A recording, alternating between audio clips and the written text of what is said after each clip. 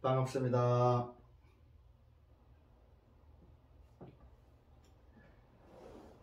오늘은 앞 시간에 이어서 태종대 자살바위에 대한 기운령 이야기를 말씀드리도록 하겠습니다.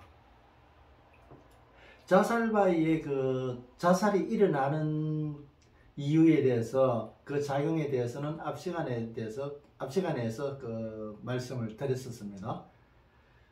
지금으로부터 한 15년 정도, 23년 정도 됐네. 23년 정도 전에 저와 같이 공부하던 공부를 제가 도장을 열고 지도를 하면서 그 당시에 공부하시는 분들과 창원에서 부산으로 아침 6시에 출발해 가지고 태종대의 기를 운영하기 위한 기 운영을 떠나게 됐었습니다. 물론 그 시간이라든가 인원수라든가 여러가지 이런 것들은 어떤 기의 작용을 충분하게 운영하기 위해서 제한된 이 작용을 일으키기 위해서 구성된 인원이나 시간을 정해서 운영을 하게 됐던 겁니다. 시작을 기를 운영하는 데 있어 가지고 어떤 그런 조건들, 인원이나 날짜나 어떤 그런 숫자로 이루어진 것, 이런 것들을 수를 쓰기도 하고 어떤 수를 쓰지 않고 자유로운 경우도 있습니다. 어떤 길을 어떤 작용을 쓰느냐에 따라 가지고 수라든가 방향이라든가 또 위치라든가 여러가지 이런 것들을 사용하게 되는 겁니다. 전체적으로 운영을 하기 위한 수단 재정과 같은 그런 조건들을 필요로 하게 되는 겁니다. 수련을 하기 위해서, 안 그러면 어떤 일을 처리하기 위해서, 병을 치료하기 위해서 여러가지 이런 것들, 우리가 주변에서 쓸 수 있는, 이때까지 몰랐던 것을 쓸 수 있도록 우리가 공부를 하는 것입니다. 그래서 태종대로 기운령 갔던 이유도 그런 데 있었습니다. 몇 가지 공부하는 분들의 어떤 문제를 처리하기 위해서 몇 가지 조건도 갖추어지게 되고, 각각의 조건들을 갖추게 됐고, 크게는 태종대를 바다를 돌면서 그 기운을 흡수를 하고 그 기운을 내가 공부하는 데 쓰기 위해서 기운령을 했던 이유였습니다. 그래서 창원에서 출발해 가지고 부산 태종대에 도착을 하게 됐는데, 그 기운령이 굉장히 중요하고 또 여러 사람들의 행사이기 때문에 한 달 전에부터 태종대의 기운령에 대해서 문제없이 실행될 수 있는가를 점검을 했었습니다. 나름대로의 방법으로서 점검을 해 나갔습니다. 착오가 생기지 않게 하기 위해서. 배가 떠나게 되는 선착장의 문제나, 안 그러면 날씨라든가 태풍이라든가 여러가지 이런 것들을 일기예보도 마찬가지 예의주시하면서 여러가지를 점검을 했는데 아무 문제 없이 무사고로서 잘 다녀올 수 있다는 결과를 얻게 됐던 겁니다. 그래서 전혀 문제 삼지 않고 또 걱정도 하지 않고 기운령을 출발하게 됐던 겁니다. 근데 막상 창원에서 출발해 가지고 태종대 선착장에 도착하니까 바람이 거세기 때문에 배가 출항하지 못한다는 항만청의 통보를 받고 그 부두에서는 배가 출항을 하지 못했었습니다. 6시에 출발했으니까 한 7시 한 1, 20분 정도 돼가지고 태종대 선착장에 도착을 했는데, 우리뿐만 아니고 또 다른 관람객 유람선을 타려고 기다리는 분들도 한 3-4분 있었는데, 역시 그분들도 집으로 돌아가신 분들도 있고 또 저희들처럼 기다린 분들도 있었습니다. 저희들이 기다리게 됐던 이유는 현장에서 배가 출발하지 않고 언제 출발하는지, 오늘 출발될지 안 될지도 모릅니다. 항만청에서 연락이 와야 되기 때문에. 그래서 제가 혼자서 점검을 해본 결과 오늘 별일 없이 기운령을 할 수 있다는 점검을 또 제가 알게 됐던 겁니다. 그래서 자꾸 이야기해가지고 기다리게 되고, 선착장에서 얘기해가지고 배가 떠나게 되면은 우리가 이 주변에 있을 테니까 좀 불러달라, 그렇게 부탁을 하고, 바깥에서 우리는 기운령 하면은 어떤 것들을 필요로 하고 자기 스스로의 어떤 점검을 어떻게 해야 되는지 그런 관계를 의논하고 있는 중에 한 15분 정도 15분 정도 지나니까 배 출항해도 된다는 통보를 받았다면서 배 승선하기를 이제 요구를 했었습니다. 그래서 저희들은 그 유람선을 타고 이제 시간이 돼서 유람선이 이제 출항을 하게 됐던 겁니다. 그 출항을 쭉 하다가 저희들은 처음 가는 길이기 때문에 어디가 자살바인지 어느 쪽이 오륙도가 있는지 전혀 모릅니다. 보통 유람선을 타면은 유창한 말솜씨로 선장님들이 그 주변 안내를 하게 되는 겁니다. 마이크를 잡고. 그래서 좋은 설명도 듣고 뭐 음악도 들으면서 보통은 유람선을 이제 그 유람선을 타고 이제 유람을 하게 되는데, 그래서 어느 지점에 가니까 기운이 딱 달라지는 걸 제가 느꼈었습니다. 그래서 공부하는 분들을 모아가지고 지금 여기서부터 기운이 달라지니까 각각의 자기 나름대로의 어떤 몸으로서 그 기운을 감지해서 어떤 변화가 있고 어떤 작용들이 일어나게 되는가 잘 관찰하게 했었습니다. 다른데 관심을 두지 말고 기의 흐름에 대해서 어떤 작용이나 나름대로 어떤 변화를 스스로 터득할 수 있게끔 몸으로 체험할 수 있게끔 얘기를 하는 중에 유람선에서 마이크 소리로 선장님이 여러 가지 막 말씀을 하셨습니다. 그래서 저는 공부하시는 분들한테 그런 거를 설명하다 보니까 무슨 말씀 하시는지 몰랐습니다. 그래서 제가 공부하시는 분들한테 말씀을 다 전하고 나서 금방 그 선장님이 뭐라고 말씀하셨나고 물으니까, 아, 저쪽에서 저기가 자살바인데 저기서 이제 사람들이 그 자살하는 일이 일어나게 되고 파도가 심해서 저쪽으로는 가까이 접근하기 어렵다. 그래서 지금은 조금은 거기 가까이로만 살짝 갔다가 그 해운대 앞바다로 오륙도 쪽으로 가겠다. 이제 그런 얘기를 했다고 말씀을 하십니다. 그래서 내가 기운론적으로 느꼈던 것이 틀리지 않았다는 것을 알게 됐던 겁니다. 그래서 나중에 마치고 나서 각각의 그 변화를 다 서로 공유하기 위해서 말씀을 나눌 기회를 가지겠다고 얘기하고 계속 그 세밀한 관찰을, 기적인 관찰을 하도록 했었습니다. 그러면서 이제 해운대 앞바다까지 유람선이 와가지고 예전에는 5, 6도까지 한 바퀴 돌고 갔었는데 그 파도가 심하고 그 주변에 암초가 있고 해가지고 그쪽으로는 위험해서 배길이 지금 취소가 되고 그 앞쪽으로만 갔다가 다시 돌아오는 그런 항로로 바뀌어졌다고 선장님 말씀을 하셨습니다. 그래서 오륙도를 둘러가지는 못하고 정한 채에서 멀리서 오륙도 있는 것을 바라보기만 하고 이제 배를 돌려서 선착장으로 다시 돌아가게 됐던 겁니다.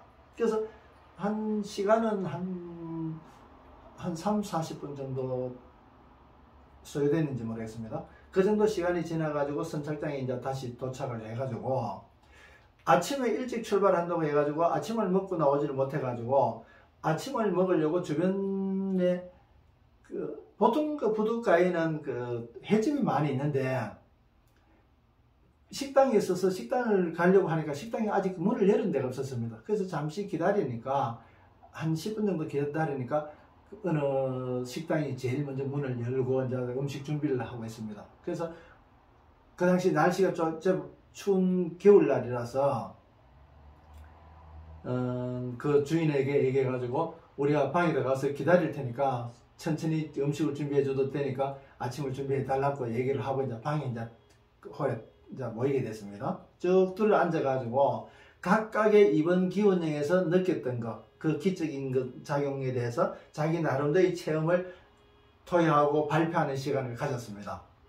쭉 돌아가면서 각각의 어떤 작용이 어떻더라, 강하더라, 약하더라, 뭐 또 어떤 뭐 흐름이 어떻더라 여러 가지 그런 얘기하는 중에 그 당시에 같이 공부하던 제 아내가 아내 뱃속에는 태중에 지금의 제 막내, 제 일을 개인적으로 그 사업을 도와주고 있는 막내가 태중에 있을 때였습니다.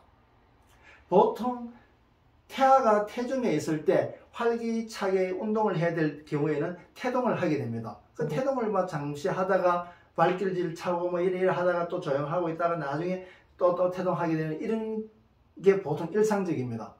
근데 집사람이 그 발표하는 시간이 돼가지고 그 태중에 있는 아기가 태동을 하는데 아까 자살바위 있는 데에서부터 해가지고 지금도 태동을 하고 있다. 보통은 이렇게 오랫동안 태동하는 경우가 거의 없다. 그런데 지금은 여기에서 기운의 작용에 의해서 굉장히 지금 태동을 지금 활발하게 하고 있다는 얘기를 하게 됐습니다. 그래서 그 태동이 언제까지 가고 또 다음에서도 빈도수가 어떤지 안 그러면은 그 태동 시간이 어떻게 되는지 그 이후에도 계속 관찰하기를 권하면서 제가 아까 앞 시간에 말씀드렸던 영운동에 대해서 자살바위가 일어나는 이유에 대해서 그 도반들한테 다 설명을 했었습니다. 어떻게 해서 자살하게 되고 또 자살하는 사람은 그 가까이 가게 되면은 뭐 꼭 자살하려고 했던 것은 아니다 하더라도 마음이 울적하거나 이런 사람들이 그 갔을 때는 틀림없이 그런 작용이 일어난다. 그래서 그런 것들은 조심해야 된다. 그래서 그런 마음이 무겁고 문제를 해결하기 위한 수단으로서는 그런 쪽으로 가서는 그 기운에 내가 휩쓸리게 된다. 그래서 그런 걸 조심해야 되고 또 활용하기 위해서 원심력의 팽창되는 원심력을 그 기운을 쓰기 위해서는 내가 어떤 일을 새로 시작하거나 창업을 하거나 어떤 뭐 행사를 모임을 주최하거나 이런 것들이 아주 적극적으로 활성화시켜야 될 그런 기운을 필요로 하는 일에서는 태종대의 유람선을 타고 그 앞바다를 돌무로 해가지고 태종대 앞바다의 그 자살바위에서 이루어지는 영운동에서의 팽창 에너지를 쓰기 위한 도구로서 본다면 아주 효율적으로 쓸 수 있다. 그래서 똑같은 지역에서 일어나는 자살바위에서 일어나는 작용은 어떤 사람은 죽음으로써 이렇게 되고 어떤 사람은 활성화되는 것으로 쓰일 수 있다. 그래서 어떻게 쓰느냐, 똑같은 작용을 어떻게 쓰느냐는 것은 굉장히 중요하다. 공부하는 사람의 자세는 어떠한 문제도 그것을 양면성을 보게 되고 또 상대성을 바라보게 되고 그것을 어떻게 운영해야 될 것인가에 대해서 점검하고 고민하게 됐을 때 그가 진정으로 공부하는 자다. 또 그렇게 공부했는 것으로서 이 세상에서 쓸 수 있는 공부가 된다. 이 세상에서 쓸 수 없는 공부라면 해서는 안 된다. 쓸 데가 있어야 되고 쓸 수가 있어야 된다. 쓸 데가 없으면 공부해놔도 쓸 데가 없다. 나이 70 돼가지고 영어 회화 공부를 많이 해가지고 외국어 공부를 해가지고 나가니까 그 나이에 어디 나가서 건강히 따라주지도 못하는데 열심히 공부해가지고 쓰지도 할 쓸 데가 없다. 쓸데없는 공부를 하고 있단 말이지. 오히려 노래 부르고 건강하게 운동하고 재미있게 게임 즐기고 이러면서 생활에 활력을 가진다면 오히려 자기의 건강을 더 활성화시킬 수 있는 그런 기운으로서 쓸 수 있는데 그 배움도 그렇게 배움을 쓰지 못할 것을 우리는 너무나 배우는 것들이 많단 말이지. 나이 들지 않아도 젊었어도 내가 앞으로 살아가면서 쓸 것인가 안 쓸 것인가 이렇게 살아가기 위해서는 이런 것들이 필요하다. 그러면 그것을 쓰기 위해서 공부를 하는 겁니다. 그런데 쓸 수도 없고 쓸데없는 공부를 우리는 너무나 많이 하고 있다. 안 하면 도태되는 줄 알고 차라리 안 하고 쉬어야 된다. 억지로 할 필요는 억지로 뭐 쉬어야 될 부분에 쓰지 못하고 쉬지 못하고 머리를 쓴다고 해가지고 공부하고 그래 할 필요 없다. 다만 작은 거 하나라도 걷는 법을 배운다든가 어떻게 그러면 더 좋아진다든가 이런 쪽으로 공부해야 되지 쓰지도 못할 거를 공부하지 말라는 겁니다. 공부뿐만 아니라 어떤 것이든 쓸 데가 있어야 된다. 그러면 어떻게 쓸 것인가, 어디에 쓸 것인가, 어떻게 좀 더 효율적으로 쓸 것인가 쓰는 법을 배워야 됩니다. 그것이 아리랑과 스리랑에서 스리랑이 알고 쓰라는 얘기입니다. 아는 법과 쓰는 법, 아는 법 따르고 쓰는 법 따르라는 얘기입니다. 그래서 아리랑과 스리랑, 얼씨구 절씨구, 이 얼이 자라가지고 알이 되고 절씨구는 절은 커서 잘로 변한다. 잘한다. 자기를 낮추는 거로서 자기가 잘하는 수단으로 써야 되지. 그것이 절시구다. 얼씨구, 얼이 알로 만들어져서 나중에 울로 만들어지는 거고, 그래서 이 얼도 마찬가지, 얼은 무형이기 때문에 쓸 수가 없다. 쓸 수 있는 도구, 형체를 갖춰야 되니까 우리가 몸을 필요로 한다. 알을 필요로 한단 말이지. 그래서 우리는 아리랑과 서리랑, 이것을 알고 쓰는 법을 아리랑과 서리랑으로서 아주 재밌게 노래로서 아름다운 노래 곡조로서 만들어놨는데, 사람들은 그 아름다움보다는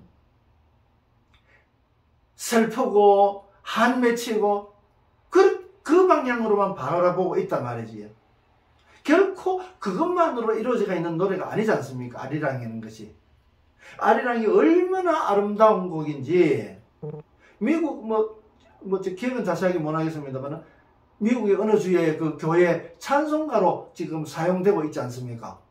아리랑이 찬송가를, 하느님을 찬송하는 그런 찬송가로 쓰여지고 있는 아름다운 노래다 말이지요. 우리는 그런 아리랑을 어릴 때 아주 오랜 조상들로부터 끊기지 않고 지금까지 우리는 전해받고 그것을 쓰고 있는데, 그것이 무슨 뜻인지도 모르고 그냥 쓰고 있다.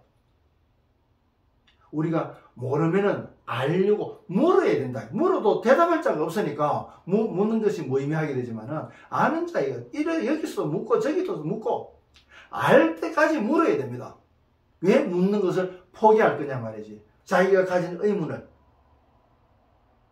저는 이렇게 공부하게 된 제일 처음이, 전에 잠깐 말씀드리지만은 맛과 멋과 맛, 이것이 서로 이어져가 있는데 어떻게 이어져가 있는지 그 구조적인 것을 의문을 가지고 살아왔던 겁니다.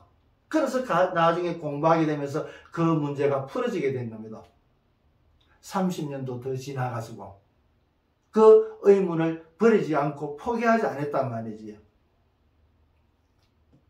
그래서 오늘은 태종대에 있는 그 바닷물이 흐르면서 태종대의 그 절벽에 부딪혀가지고 일어나는 회전하는 그 영운동을 어떻게 쓸 것인가, 어떤 작용이 또 일어나게 되는가, 또 우리는 앞으로 어떻게 써야 될 것인가, 거기에 대해서 오늘은 기운형에 대해서 다른 어떤 이론적인 것보다는 이때까지 배운 이론으로서 충분하게 이해할 수 있는 태종대의 기운형에 대해서 말씀을 드렸습니다.